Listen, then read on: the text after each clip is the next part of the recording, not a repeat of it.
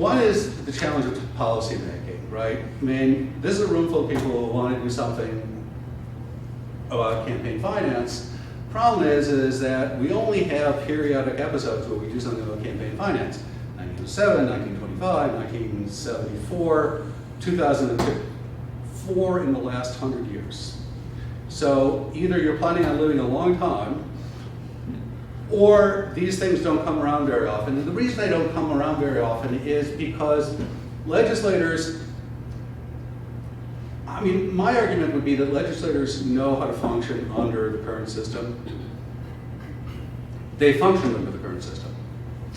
And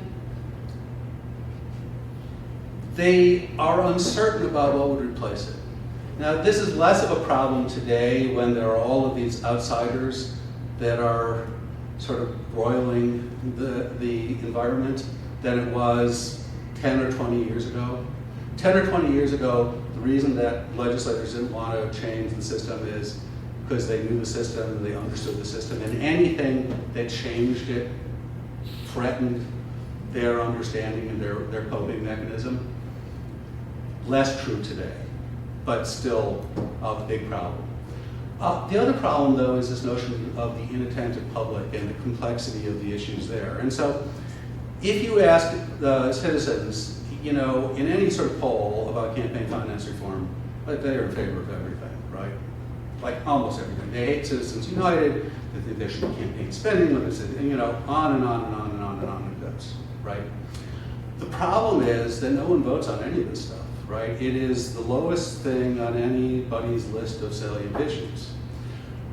Well, I don't really blame them, you know, because next to the economy and jobs and healthcare and the environment and education and a lot of other things that also sound really, really important, it's hard to say that campaign spending limits should be high up on that list. But the other problem is that the issues themselves, I mean, the complexity of the flow chart that I showed you, makes it really difficult. So, you know, one of the weird things is that everybody lays claim to the mantle of being a reformer because everything that they say they claim is reform, because who the hell is to know, right? So reform is likeliest to happen when there's some sort of emergency, right? When something happens that has created a crisis which is so dramatic that we have to respond to it. And maybe it will be, you know, something related to the current campaign finance system, maybe it will be something else, who knows? But we sort of wait for that to occur because it doesn't happen very often. The additional complication here is at the court. And the court is not merely, as John Roberts says, you know, a neutral arbiter calling balls and strikes. They are lobbing grenades into the field. So the last time I worked for the FEC, which was a few years ago, basically the FEC lawyer that I worked with said, don't say this, don't say that, don't say something else. We just want to keep our heads down low and hope the court doesn't notice us. Because every time they notice us, bad stuff happens. And that is a weird place to be. So I wanted to write about the importance of perception of corruption in all of the previous jurisprudence. And he said, I don't know that that's now an open issue with this current cast of characters. We don't want you to mention it. We don't want to give them an excuse if they take the case to rule against that. And so this is essentially how the court stands today. And of course, Kennedy was a part of that, and Kavanaugh would also be a part of that for certain.